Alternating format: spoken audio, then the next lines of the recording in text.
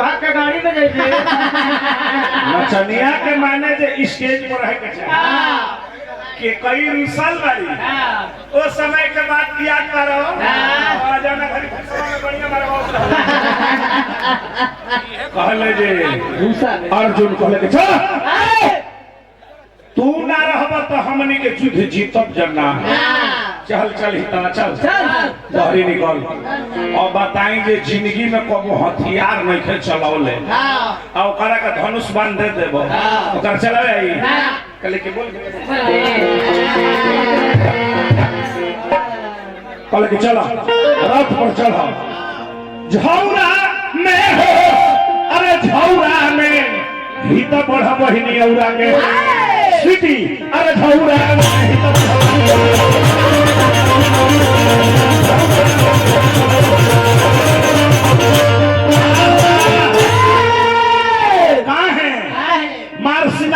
के पछा से हम बागे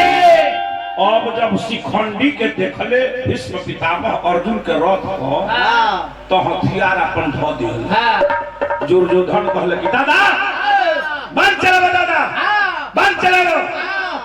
कहले कि हम ना चलाई कहले जे कहां है आओ रथ पे आओ रथ पे ही रथ पे आओ ते जाओ युद्ध करे के बाद तमार सेना तुझ के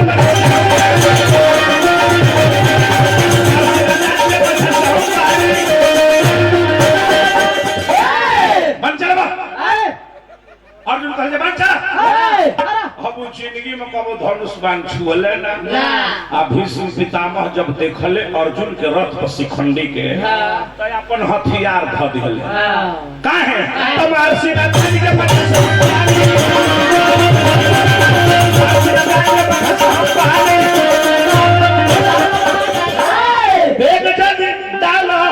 अब दौरा में